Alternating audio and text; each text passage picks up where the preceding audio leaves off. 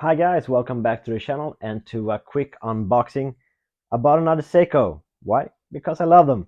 A Seiko Presage dive style watch. I will soon be opening it. I took it out of the outer packaging to save on time and to save on the ears of you headphone users. But first, it also came with these pamphlets, as Seikos often do, and we know we won't be reading those now, will we? So let's put those to the side. Let's get into the watch. Looks like a pretty standard Seiko box, even though it's a Presage line. It's supposed to be a bit nicer now, isn't it? How does this open? It flips open. And there is the watch. Now, the Presage line has been out for a long time. I think this is one of the newer ones. It came out a few months back. And when my girlfriend said it, she said that's the nicest watch she has ever seen. So I had to get one. Nope, it's an address note for some reason. Let's close the lid. Let's get into the watch. And that is awesome. No, that is not a bezel you can rotate. So this is a dive style. It's a push-pull crown. Let's move the hands out of the way. Automatic, signed crown.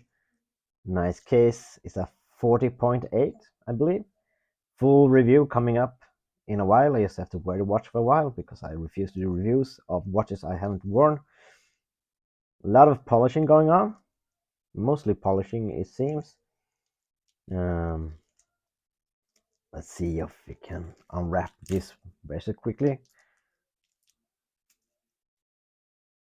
It looks like the same oyster style bracelet that I have on my Sarbs.